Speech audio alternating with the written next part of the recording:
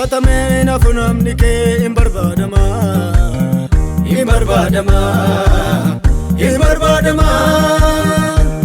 Namaan dagatamus dhalli kee si yaadatama, yaadatama, yaadatama.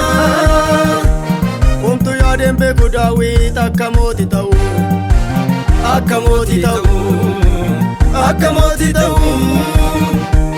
Gooftaa dursee argee laphee isaaf ta'u, kan mana isaaf ta'u, homtuu masaan ga'u.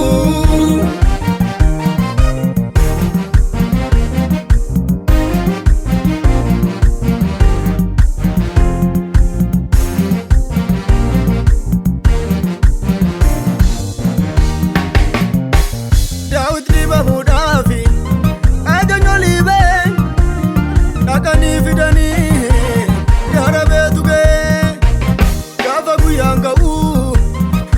kabajama kan namaan gatame gooftaan ol qabama, gooftaan ol qabama, gooftaan ol qabama.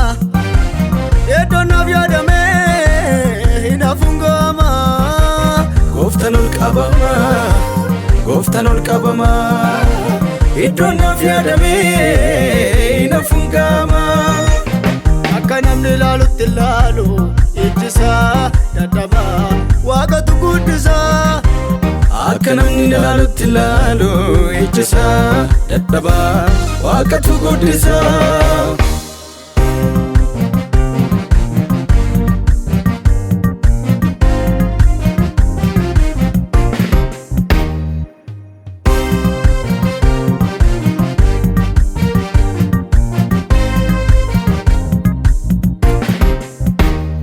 Nama abjuu qabu dhiibanii baasanii gurguran of keessaa, gurguran of keessaa.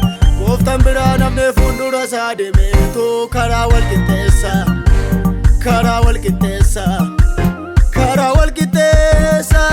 Salphina koo miti waa'ee koo ulfina dhageessa, ulfina dhageessa, guddina dhageessa.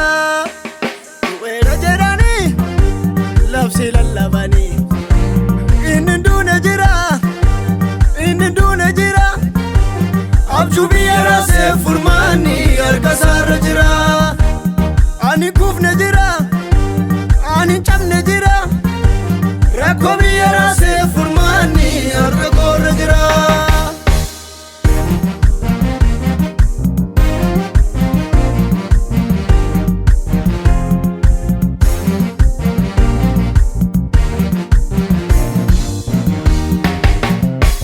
Nama tuffataman kan boojuu deebisu, lukna jagna jedhee kan xiqqoo guddisu, kan akka keen jiru.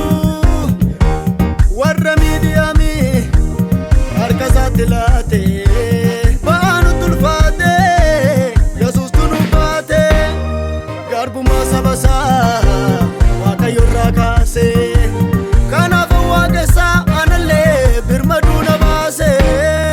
Garbummaa saba isaa Waaqayyo irraa kaase, kanaaf barbada anallee birmaduu na baase, birmaduu na baase, birmaduu na baase. Golgaa diinota koo anarraa tarsaase, birmaduu na baase, birmaduu na baase. Golgaa diinota koo anarraa tarsaase. Gatameen afunamni kee hin barbaadama, hin barbaadama, hin barbaadama.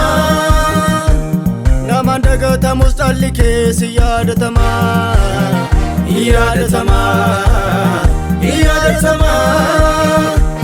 Homtuu yaadeen beeku Daawit akka mootii ta'u, akka mootii ta'u, akka mootii ta'u. Gooftaa dursee argee laphee isaaf ta'u, kan mana isaaf ta'u,